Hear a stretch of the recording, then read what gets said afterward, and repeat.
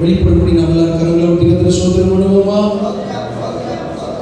சுகத்தாங்க, பலனத்தாங்க, உங்களுடைய வார்த்தைகள் வெளிப்படுத்தும், சபை வளரட்டும், பக்தி அடையட்டும்.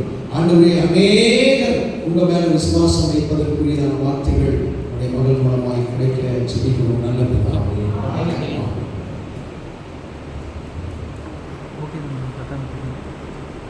லாக் பண்ணுங்க, லாக் பண்ணி கீழே.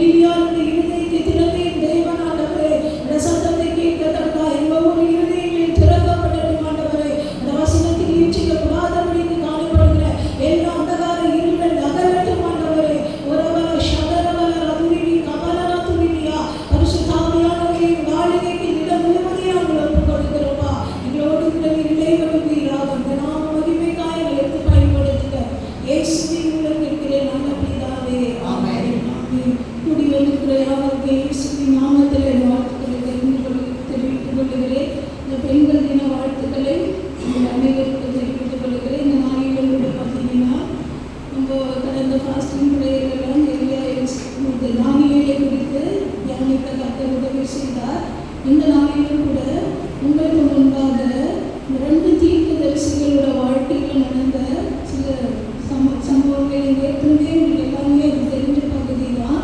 இருந்தாலும் அதிலிருந்து கர்த்தர் எனக்கு உணர்த்தினதை உங்களுக்கு நான் அந்த நாளில் சொல்ல விரும்புகிறேன். நாங்கள் எல்லாரும் எடுத்துக்கொள்வோம். 1 ராஜாக்களின் புஸ்தகம், 1 ராஜாக்கள் 17வது அதிகாரம், 1 ராஜாக்கள் 17வது அதிகாரம். இந்த இடத்துல நம்ம பார்க்கும்போது எலியாவோட வாழ்க்கையில் நடந்த ஒரு சம்பவத்தை நம்ம இந்த இடத்துல நம்ம வாசிக்கிறோம். நம்ம எல்லாருக்கும் தெரிஞ்ச பகுதின்றதுனால நான் எல்லா வசனத்தையும் வாசிக்க விரும்பல, நேரம் நமக்கு கம்மியாக இருக்கணும். அப்படின்னால நம்ம எல்லாரும் எடுத்துக்கொண்டோம். 17வது அதிகாரம் 8லிருந்து நம்ம வாசிப்போம். 17வது அதிகாரம் 8லிருந்து 12 முடிய நம்ம எல்லாருமே சேர்ந்து வாசிப்போம். அப்பொழுது கர்த்தருடைய வார்த்தை அவனுக்கு உண்டாயிற்று. அவன் எழுந்து சீதோனுக்கு சாட்சி காட்டுவதற்கு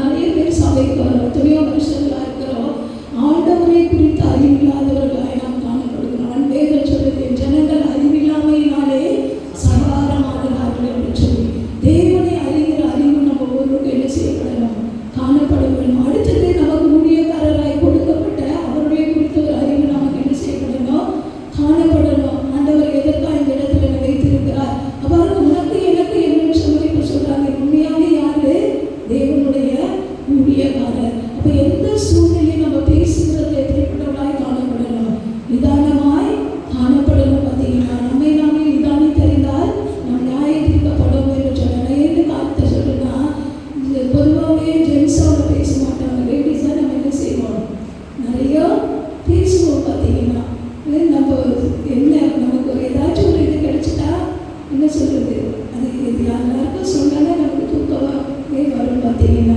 அப்படிப்பட்ட சில சுவாபங்கள் சில இடத்துல காணப்படுது.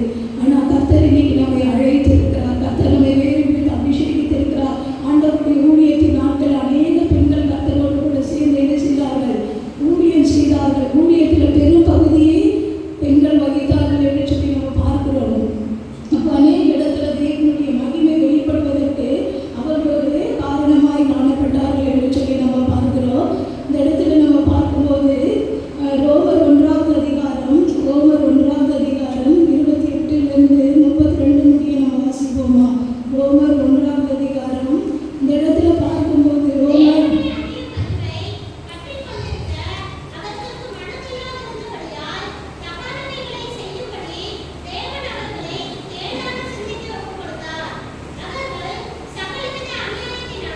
வேசித்தனத்தினாலும் ரோகத்தினாலும் பொருளாசையினாலும் ரோகத்தினாலும் விளையப்பட்டு பொறாமையினாலும் கொலையினாலும் வாக்குவாதத்தினாலும் வஞ்சகத்தினாலும் மண்டத்தினாலும் நிறைந்தவர்களுமாய் புறம்புகிறவர்களுமாய் அவமதிக்க பண்ணுகிறவர்களுமாய் அழிக்க பகமைகளுமாய் ரோகிகம் பண்ணுகிறவர்களுமாய் அவபக்தி உள்ளவர்களுமாய் ஈவுக்காரருமாய் பொல்லாதவைகளை யோசித்து பிணைக்கிறவர்களுமாய் பெற்றோருக்கு கீழ்ப்படியாதவர்களுமாய் உணவில்லாதவர்களுமாய் உடன்படிக்கையை மீறியிருக்கிறவர்களுமாய் சுவாப அன்பில்லாதவர்களுமாய் இனமில்லாதவர்களுமாய் இரக்கமில்லாதவர்களுமாய் இருக்கிறார்கள். இப்படிப்பட்டவைகளை செய்கிறவர்கள் மரணத்திற்கு பாத்திரராய் இருக்கிறார்கள் என்று தேவன் தீர்மானித்த நீதியான தீர்ப்பை அவர்கள் அறிந்திருந்தும் அவர்களை தாங்களே செய்கிறதுமல்லாமல் அவைகளை செய்கிற மற்றவர்களிடத்தில் பிரியப்படுகிறவர்களாய் இருக்கிறார்கள். இந்த ரோமர் இந்த சாப்டர்ல நீங்க வாசித்து பார்த்துருக்கீங்கன்னா ஒரு 4 விதமான குரூப்பை பார்த்தீங்கன்னா அவர் சொல்றாரு. தேவனுடைய மகிமையை மனுஷருக்கு, மிருகங்களுக்கு, பறவைகளுக்கு அப்படியெல்லாம் ஒப்பு கொடுக்குறாங்க. அதுல இந்த கடைசி கூட்டம் பார்த்தீங்கன்னா அவங்களுக்கு என்ன இல்லையா, தேவனை அறியவும் அறிவை பற்றி கொண்டிருக்க அவங்களுக்கு என்ன இல்லை, மனதில்லை. பார்த்தீங்கன்னா அவங்களுக்கு என்ன இல்லை, மனதில்லை. அதனால ஆண்டவர் அவங்க என்ன செய்யறாருன்னா தகாத காரியங்களுக்கு என்ன செய்யறார் பாருங்க. எத்தனை அடுக்கடுக்கான சுவாபங்கள்லாம் சொல்லப்பட்டிருக்கிறது. இதுல ஒண்ணு கூட எங்கிட்ட இல்லை நம்ம யாருன்னா சொல்ல முடியுமா? இதுல ஒண்ணு கூட இல்லை அப்படின்னு நம்மளால யாருன்னா சொல்ல முடியுமா? பாருங்க, அத்தனையும் செஞ்சு அடுத்து பார்த்தீங்கன்னா தேவனுடைய நியாய தீர்ப்பையும் அவங்க என்ன செஞ்சிருக்காங்களா, அறிந்திருக்கிறாங்க. அது அறிந்திருந்தாலும் அதுக்கு அப்படி செய்கிற மற்றவங்களும் அவங்க எப்படி இருக்கிறாங்களா, உடந்தையாக இருக்கிறார்களா? யோசிச்சு பாருங்க, இன்னைக்கு நம்ம எப்படிப்பட்டவர்களாக இருக்கிறோம். நம்ம எல்லாருமே தெரியும் ஆண்டவருடைய நியாய தீர்ப்பை பற்றி, அவர் எப்படி நம்ம நியாய தீர்ப்பார். ஆனால் எத்தனை சூழ்நிலைகளில் நமக்கு அந்த நியாய தீர்ப்பை குறித்து எல்லாமே தெரிந்தாலும் ஆனால் அவைகளை நம்ம செய்யாமல் இருக்கிறோமா? அவைகளை நம்ம என்னைக்காவது செய்யாமல் இருக்கிறோமா? அதனால இந்த நாட்களில் பார்த்தீங்கன்னா நம்ம ஆண்டவரை குறித்து அறிவிக்க அப்போஸ்தலர் நடவடிக்கைகள் 19ஆவது அதிகாரத்தில் நீங்கள் வாசிப்பீங்கன்னு சொன்னால் அங்கே ஒரு குரூப் எழுதுறாங்க. பார்த்தீங்கன்னா அப்போஸ்தலர் 19ஆவது அதிகாரம் 14 முடிய வாசிக்கும்போது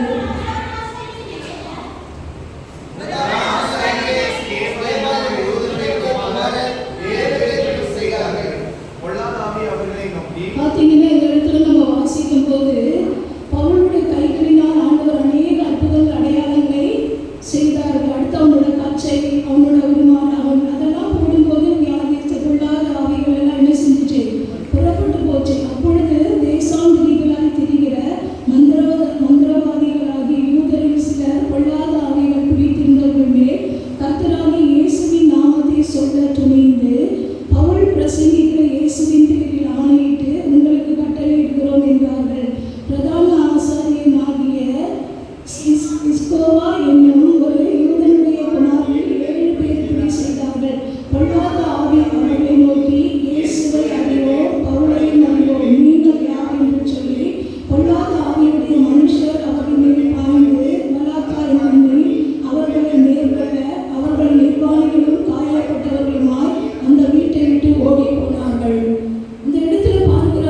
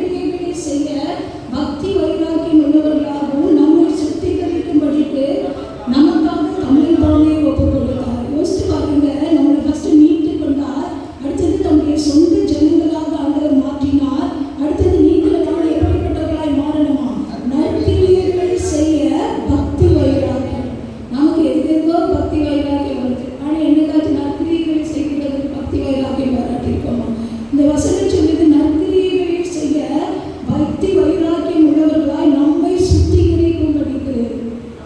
அப்போ அந்த 7 பேரோட வாழ்க்கையில என்ன காணப்படல? ஒரு சுத்திகரிப்பு காணப்படல. அதனாலதான் பிசாசு என்ன செஞ்சுச்சு? அவங்க ட்ரெஸ் எல்லாம் உருவிட்டு அவங்களை காயப்படுத்தி நிர்வாணமாய் ஓட வைத்தது. இந்த காலை நேரத்தில் ஆண்டவரை அறிந்தால் மாத்திரம் போதாது, அவருடைய பிள்ளையாய் மாறினால் மாத்திரம் போதாது, அவருடைய ஜெயமாய் மாற்றப்பட்டால் போதாது, அவருக்காய் பக்தி வைராக்கியம் செய்கிறவர்களாய் நீங்கள் நாம் சுத்திகரிக்கப்பட வேண்டும். ஒரு சுத்திகரிப்பின் வாழ்க்கையை கர்த்தர் நம்மிடத்தில் எதிர்பார்க்கிறார்.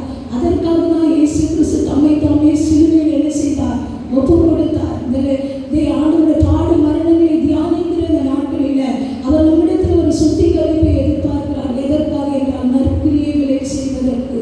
ஒரு பக்தி வைராக்கியத்தின் ஆவி. அந்த நாளில் நம்ம ஆண்டவரிடத்தில் கேட்போம், ஆண்டவரே பக்தி வைராக்கியத்தின் ஆவி எனக்கு கொடுக்கப்பா. எதுக்குன்னா நற்கிரியைகளை செய்வதற்கு. நம்ம இன்னொரு சம்பவத்தை எடுத்து வாசிக்க போகிறோம்.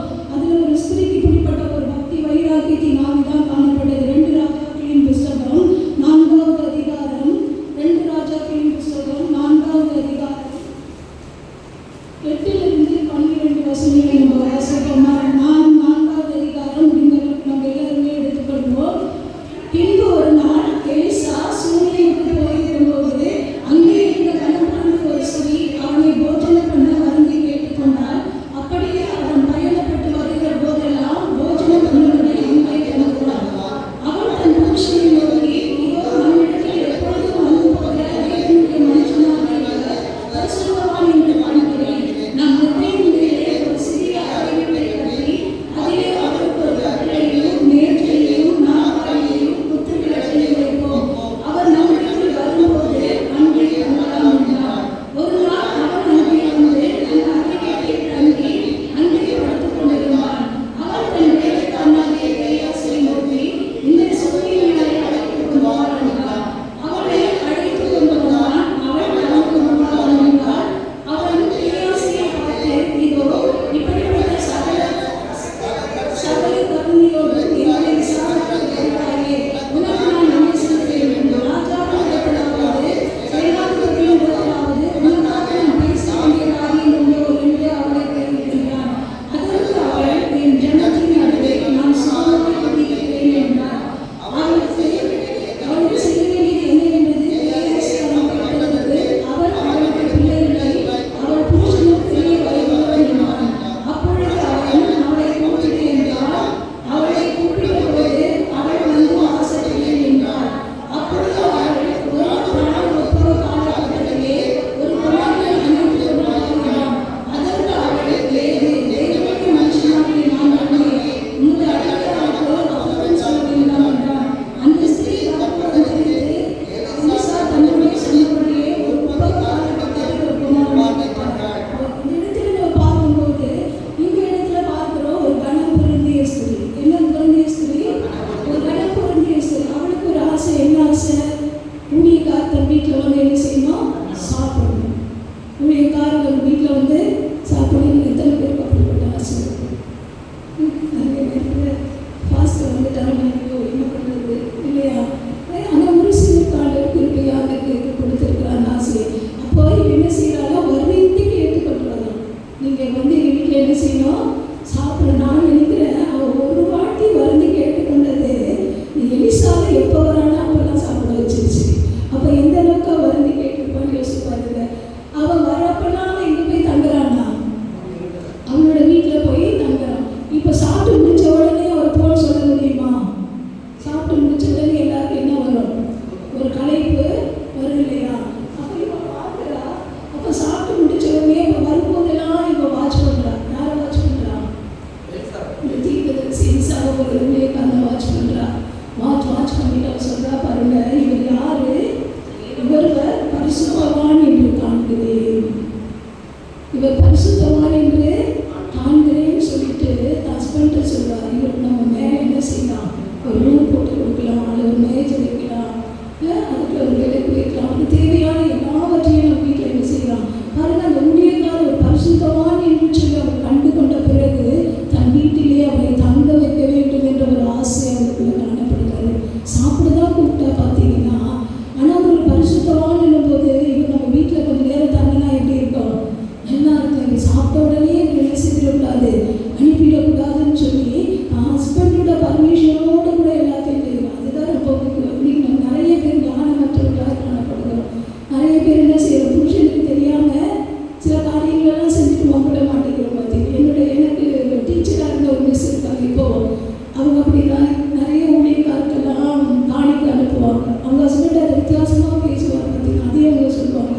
இவர்கிட்ட இப்படி பேசுகிறாரு, எனக்கு ரொம்ப கஷ்டமாக இருக்குது. ஏன்னா அந்த மனுஷனுக்கு ஆண்டவரை பொறுத்த ஒரு அண்டர்ஸ்டாண்டிங் இல்லை. பார்த்தீங்கன்னா இப்போ இவன் பார்க்குறா, இவர் ஒரு பரிசுத்தமான என்று சொல்லி கண்ட பிறகு இவன் நம்ம வீட்டில் என்ன செய்யணும், தங்கணும் அப்படின்னு சொல்லி அவருக்கு தேவையான எல்லாவற்றையும் என்ன செய்கிறா, அவள் ப்ரொடியூஸ் பண்ணி எல்லாம் செய்கிறா. இதெல்லாம் பார்க்கும்போது அந்த எலிசாவுக்கு இவ்வளோ சகல நற்கனியோடு நம்ம இப்படி கவனிக்கிறார். இவளுக்கு ஏதாச்சும் ஒரு கைமாறு செய்யணும், இவளுக்கு ஏதாச்சும் ஒரு பார்த்தீங்கன்னா இந்த இடத்துல நம்ம ஆண்டவருக்குள்ள அப்படிப்பட்ட ஒரு எண்ணம் வரணும். நம்ம செய்கிற கிரியைகள் எல்லாம் பார்த்து ஐயோ என் மகன் இவ்வளோ பிரயாசப்படுறாரு, என் மகன் இவ்வளோ பிரயாசப்படுறானே, அவனுக்கு எதையாவது ஒன்று என்ன செய்யணும்.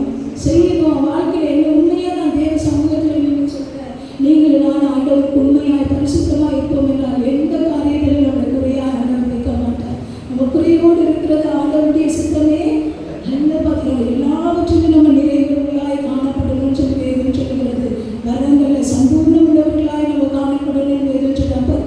ஆஃப்டர் ஆல் இந்த ஒரு தீர்க்கதரிசிக்கு அப்படி ஒரு ஆசை இருக்குமா, நம்ம ஆண்டவருக்கு இருக்குமா, இருக்காதா? அடுத்தவர் கேட்குறாரு, அந்த கேஎஸ்ஐ கூப்பிட்டு கேட்குறாரு, நீ அவளை கூப்பிடுன்னு சொல்லி கேட்டுட்டு அவர் சொல்கிறாங்க, ஏதாச்சும் செய்யட்டுமா, ராஜா கிட்டையாச்சும் இல்லை தேசாதிபதி யார்ட்டையாச்சும் நான் உனக்கு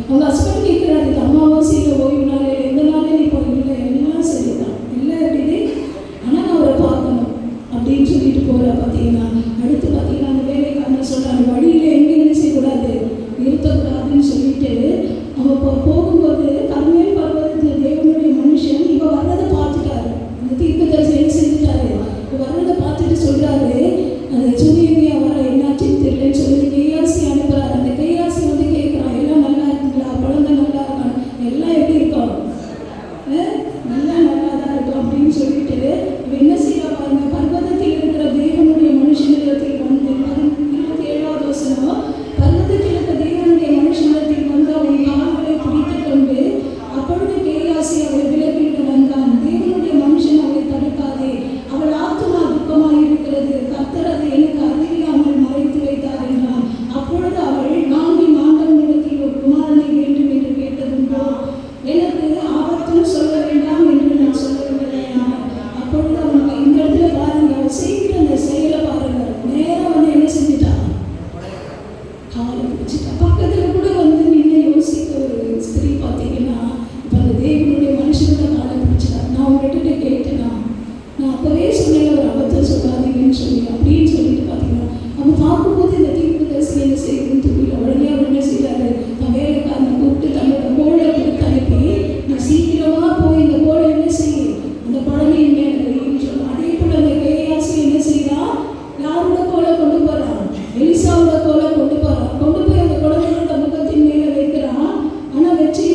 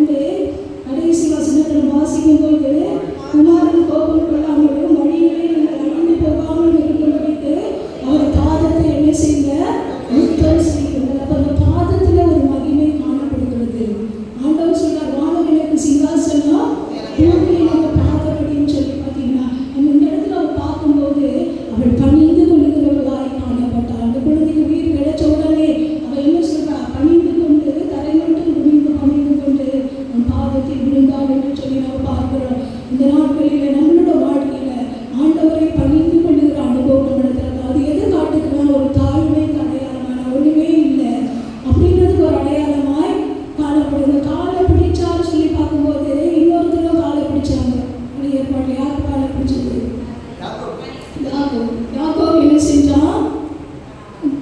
தன்னோடு போராடுற தேவனோட மனுஷங்களை பிடிச்சிக்கொண்டு ஐடியில் பிடிச்சிட்டான். எதுக்காக பிடிச்சான்? உண்மையாகவே அவன் ஆசீர்வாதத்துக்காக பிடிக்கல. பார்த்தீங்கன்னா ஏன்னா அவனுக்கு திரளான ஆசீர்வாதம் இருந்துச்சு. யாக்கோபு எவ்வளோ ஆசீர்வாதம் இருந்துச்சு. அவன்கிட்ட குறைன்னு சொல்றதுக்கு மனைவிகளுக்கும் குறையில்லை, பிள்ளைகளுக்கும் குறையில்லை, அவனுக்கு இருந்த ஆசீர்வாதங்களுக்கும் குறையில்லை. இப்போ அவனுக்குள்ள ஒரு பயம் வந்துடுச்சு. என்ன பயம் வந்துடுச்சு?